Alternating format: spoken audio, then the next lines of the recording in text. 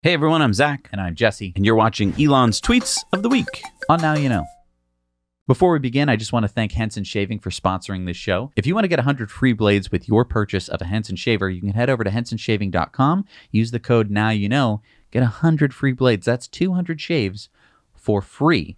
I absolutely love my Henson shaver. Yeah, like I can't speak to it because I don't shave, but Jesse keeps going on and on about it, and so does Bobby. Like, you've both been using Henson shavers, and you love them, and I wish you'd shut up about it. All right, so why do we do this show, by the way, Elon's Tweets of the Week?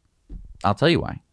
Elon is the richest, arguably smartest person in the world. Yeah, throughout history, smart people have studied what the smartest people do because that's the only way to gain wisdom and insight. The problem has typically been that to study brilliant minds, you need to wait until somebody writes a book about that person, and then you are, number one, getting the information late, usually by decades, and number two, you are getting a filtered version of who that person is. Now, with Elon, every week, he gives us direct insights into his mind through his tweets. Now, do they all make sense? No. Some of them are cryptic, some of them are misleading, and lots of them are downright silly. But if you look at them, as we do, every week, patterns emerge, and often you are the first to interpret where Elon is going, sometimes even before he does. All right, let's get into this. So Elon tweeted out, "The extreme antibody reaction from those who fear free speech says it all. By free speech, I simply mean that which matches the law. I am against censorship that goes far beyond the law. If people want less free speech, they will ask government to pass laws to that effect. Therefore, going beyond the law is contrary to the will of the people. The far left hates everyone, themselves included, but I'm no fan of the far right either. Let's have less hate and more love." And then he tweeted out this little diagram showing, I guess, that he's stayed where he is, which looks like left of center, but the center has changed. And so now everyone thinks he's right of center. And I think that's a pretty good indication of where people are at with Elon. Like, they don't fully understand, like, what's going on with this guy. He seems to be going far right. Yeah, and I want to take a step back here because I think that everyone sort of is just like, why is he acting this way? Well, he has been attacked, and I hate saying the left and the right. I think that it's kind of stupid, but he has been attacked by people who associate themselves with the left pretty much constantly. The richer he's gotten, the more the left seems to hate him, even though most people on the left seem to like him. When he was first starting out Tesla, everyone was going, oh, I want to buy that electric car because electric cars are good for the environment. You know what I'm getting sick of? Are the tweets that follow every one of Elon's tweets that are somewhere like 5th or 6th down there, which are like, but Elon, if you would just spend some money, you could save this problem from happening. And just fill in the blanks, you know, starving children, fix our water problems, fix our highway infrastructure. Like, they seem to think that Elon, because he's now a billionaire, should fix the problem. And I would argue that maybe the government... The government that spends trillions of dollars, and both administrations in the past 8 years have spent trillions and trillions of dollars on, you know, I would say keeping the economy afloat and stuff like that. That's what we have governments for, to kind of fix problems. I don't see why like if I came to your house one day and I was like, hey, you got a ladder. Why don't you go fix the school? Huh? What the hell's wrong with you? You got a fucking ladder. This is where, to me, it is really frustrating when the left keeps attacking Elon, and they attack him on the stupidest, most boneheaded arguments. I know. They're not nuanced. They don't take the time to understand who Elon is and what he's about. No. Or even the truth. I mean, they say like that he didn't pay any taxes, and it's like, dudes, he's paid more tax than any individual in American history. So this is where I have a lot of sympathy for Elon. But I also get annoyed when it's like, I wish that he could kind of tune it out. I understand that you absolutely can't, though. You know, part of me wishes, oh, Elon, just don't let the haters affect you. I have like a small YouTube channel, and the dumb comments that people write in the video bug me to no end. So having like influential people in the world be like, Elon's such a jerk because he's rich and he hasn't solved any problems except for getting into orbit for a hell of a lot cheaper from American soil, and also cleaning up our transportation, single-handedly moving the entire auto industry to electrification. It's just, that must be so infuriating. And I think that has that you'd kind of want to buy a social media platform. Yeah, well, yeah, I don't know. And so that's where I think it's tough for most people, because then he will react to the left, which pisses off people on the left, where they go, hey, you're attacking this person that I agree with a lot of the things that they have to say. Usually they have more nuanced things to say, but when they attack Elon, they just go, oh, it's like the easy response. Oh, I just say he's rich and I hate him. You know what I would love? I would love it if Elon would like have a podcast with Bernie, or a podcast with Robert Reich, or some of these people, and just sit down for 3 hours, talk it out. I know it's time. I know he's busy, but then maybe we'd get some of these things off the table.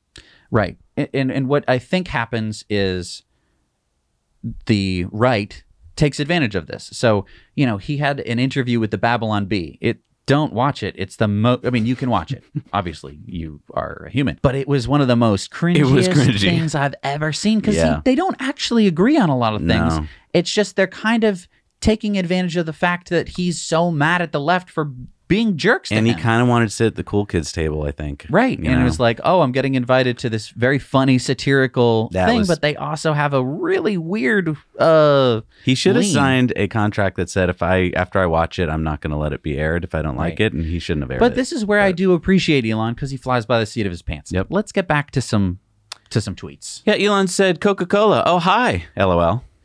Next, I'm buying Coca-Cola to put the cocaine back in. Cocaine is a hell of a drug. And this is because I think he forgot to put at Coca-Cola in his original tweet. Right. So Coca-Cola didn't see it. Right. So he had to, and he couldn't edit the tweet. So he had to, okay, I get it. Real magic is only a sip away, actual slogan of Coca-Cola. And you do know that at some point back in the past, Coca-Cola was made with cocaine, which is what made it so popular. Everything used to have cocaine in it back then, which is why the past is so weird. It's why they got so much done. How did they build the railroads? Well, have another Coke. Let me tell you. Elon said, listen, I can't do miracles, okay? Tweeting out, now I'm going to buy McDonald's and fix all of the ice cream machines. Which is a joke. There is a website, by the way, you can go to where you can see all the broken McFlurry machines. We'll put the link down below at any given moment. And it's usually about 10% of them are broken. Okay. Elon said, let's make Twitter maximum fun.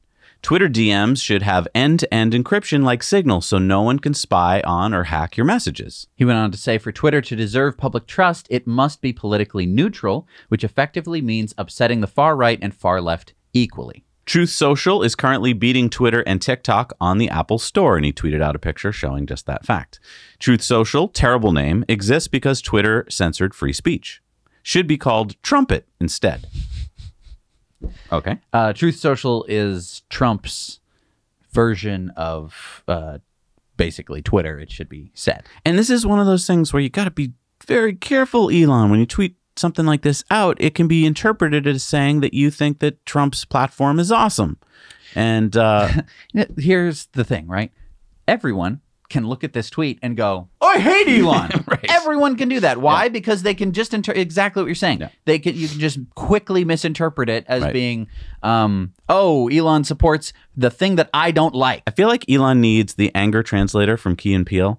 Remember that skit they used to do? I don't know. I'm going to disagree with you. No? I think you know what? I think that it's great that he's going to put stuff out there and everyone's going to misinterpret it, because it just points to the fact that people need to calm the down a little bit and just take him at his word, have a conversation, instead of going like, oh, you said X, which means Y, and Y means Z, and Z means that I fucking hate you. Mark Andreessen said, what algorithm could possibly catch this? And then he tweeted out basically a bunch of crypto stuff. Yeah, somebody had made a fake account with his exact name. But not the check mark. Doesn't have the check mark, but it has the same picture. It has the same name, although the at is different. The at is different. You got to pay attention to the at. But if you were a Mark Andreessen fan and you were like, whatever he says, I totally gotta click on this link. I really like whatever he has to say. And then he's like, below, get crypto. And you're like, oh, I can get crypto? Okay, but then Elon said, what algorithm could possibly catch this? And Elon said, humans. No, a computer algorithm could catch the fact that someone tried to call themselves Mark Andreessen and wasn't Mark Andreessen. So like, what? Well, there could be two Mark Andreessens, but there's a good chance that they would have two different profile pictures. And there's a good chance that if they're both humans, that both of them wouldn't like be promoting crypto scams? I kind of think you should take the Twitter thumbnail picture, and if it's a checkmarked person that you know is that person, it should be circled in blue or circled in something so that as soon as you see it, you're like, oh. It should be an NFT so that no one else could possibly use that picture. Governor Mike Huckabee, who, by the way, is no longer governor, so maybe take that off your damn title. I hope Elon will insist that all Twitter posters use their real names and not be keyboard cowards hiding behind silly little sophomoric screen names. By the way, that's a silly sophomoric screen name because you're no longer governor of Arkansas. Be man enough or woman enough, if you even know what that is, to stand by what you say. If you can't own it, don't say it. I'm going to agree with Mike Huckabee here. Okay. Yeah, I am sick and tired of someone writing a crappy little comment in the comment section. And you know what? Comment section, whatever. It's going to be trash no matter what. But sure, let's say we're making new Twitter. Yeah, if it's like your name or whatever, that's how typically democracy works. Discourse works, because you don't put a bag over your head and say, I think this thing. Well, and here's another thing. If you're an elected official, I'm one, and I get an email or a letter and it's signed anonymous, I throw it in the trash. You have to tell me who you are. Right. That's what gives it credence. Right. And same thing here. But Elon said authentication is important, but so is anonymity. For many, a balance must be struck. Okay, hang on.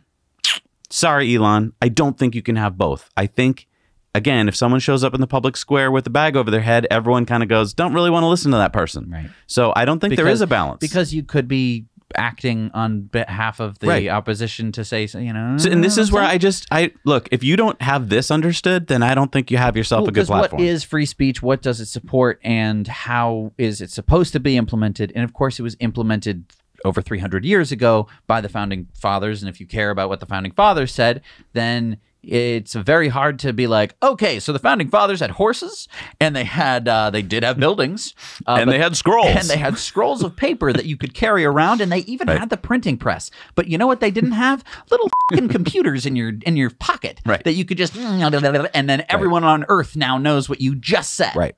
They didn't have that. Right. So how would the founding fathers would have done that? I don't know. Blue check marks. All in favor. Right. Yeah.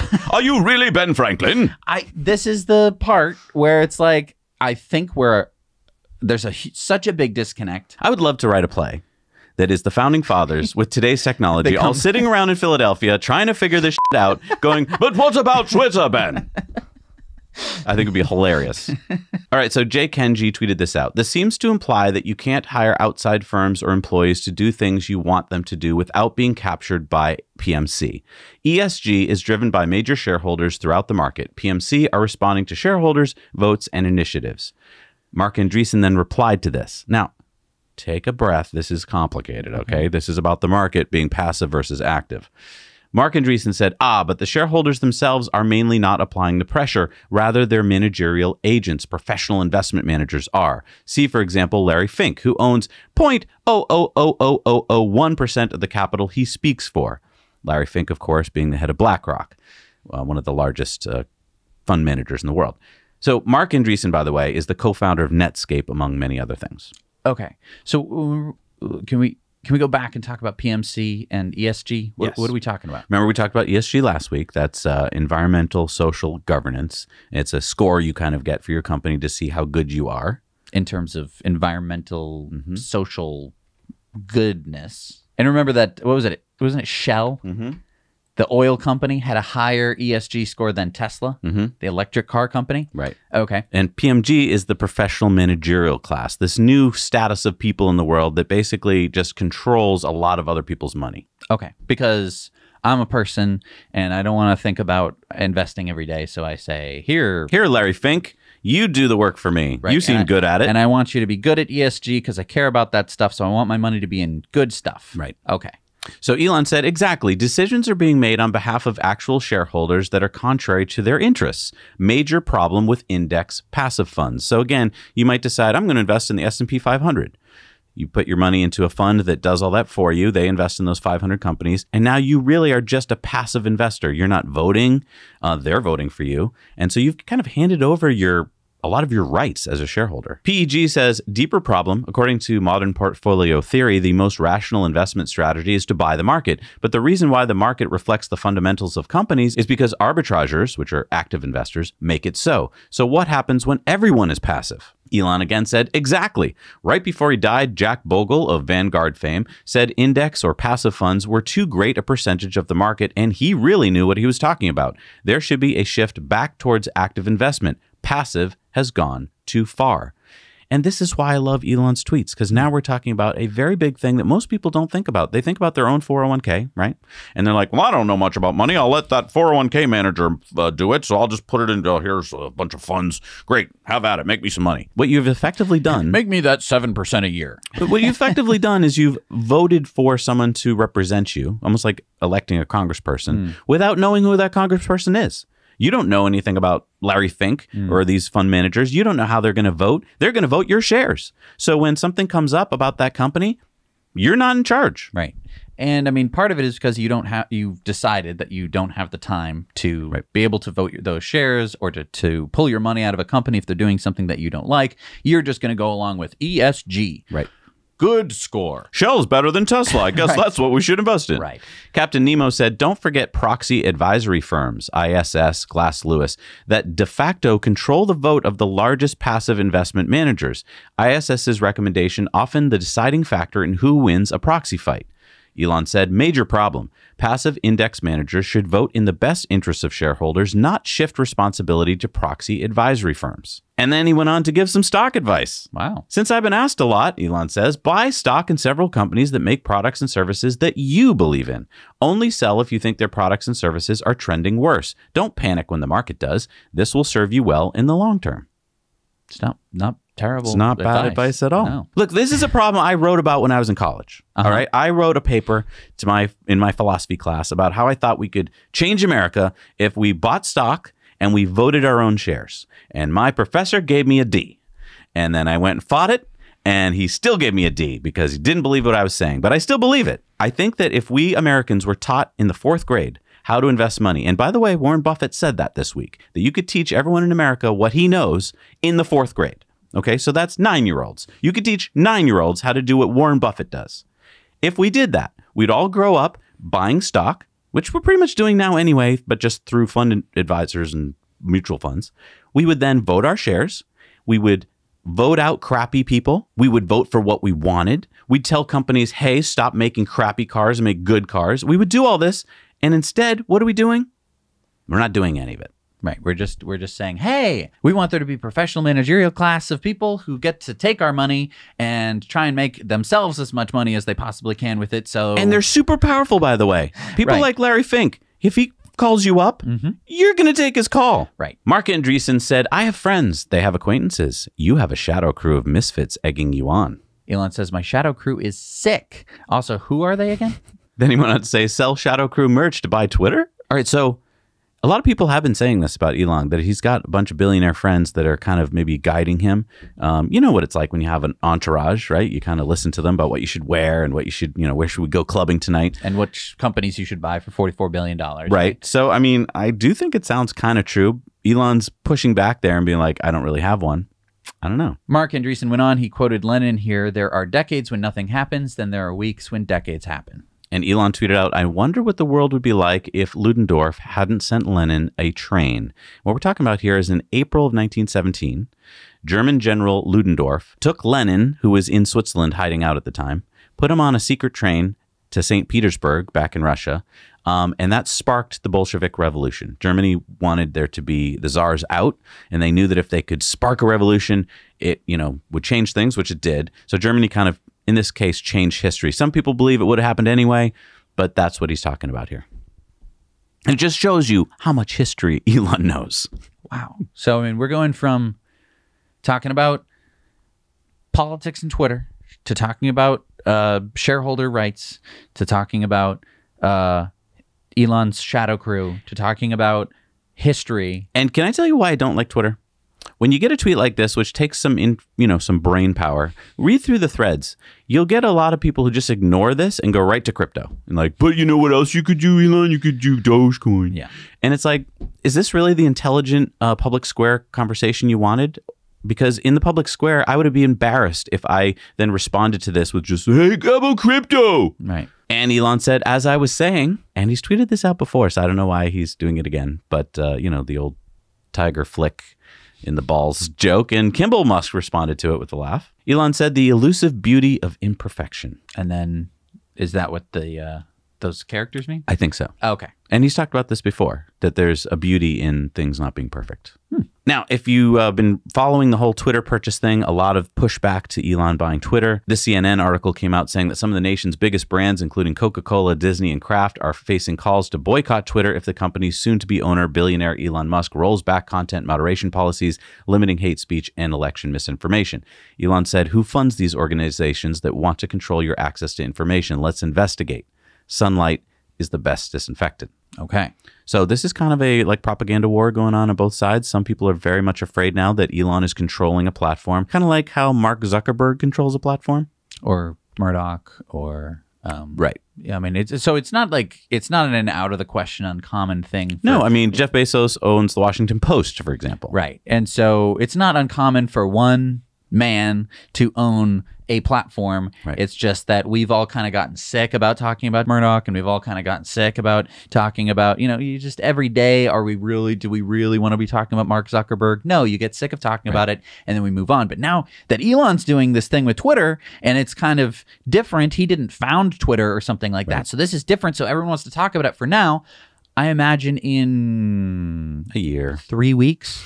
Okay, maybe 3 weeks. It'll be out of the news cycle. I mean, maybe he's gonna make a few more waves, and then everyone's gonna get used to it and either go back to Twitter or they're gonna make Schmitter or something else. Do you remember there's a war going on in Ukraine? Oh, right. I almost forgot. Yeah. Elon then tweeted out, ultimately, the downfall of the Freemasons was giving away their stone cutting services for nothing. And what he's referring to here is Twitter. He said Twitter will always be free for casual users, but maybe a slight cost for commercial government users. And so I think he's trying to justify here that I think he wants to charge a subscription fee for certain users of the platform. Kind of like how on Facebook you can get, you can set up an account for free, but if you want to do other things on Facebook, you got to pay. Right. So, I mean, it would make sense to me that all businesses would have to pay Twitter some amount of money to be on their platform because it's a commercial platform. And I mean, I think that today they kind of do, but mostly with ads. Is he going to change the model up a little bit? Don't know. I mean, I don't feel like that's a bad idea. No, I look, I kind of feel like there's two ways to do things, right? There's the advertising model where it's free, but you get stuck with ads. Or there's the subscription model where you pay for it and you don't get the ads. I mean, I think we'd all prefer, if we had the money, to pay for things and not have the ads. But, of course, we can't afford every single subscription service we all want. That is, if you don't have friends and you just borrow their passwords. That's a good point. Elon said, I don't know, seems kind of fungible. And I think what he's talking about here is he changed his profile picture on Twitter to this. And for those of you who don't know, because it's been such a stupid thing, those are all Bored Apes, which are NFTs, which are non-fungible tokens, which are basically just computer code that is non-fungible that has a link to an image in it. And the images are of these Bored Apes. It was just a big scheme. Do you remember in 2005, I think it was, when those little bracelets came out, that like the Live Strong bracelets, and it became a thing for, I don't know, 6 months a year, different colored ones, different things. And then, do you see them anymore? No.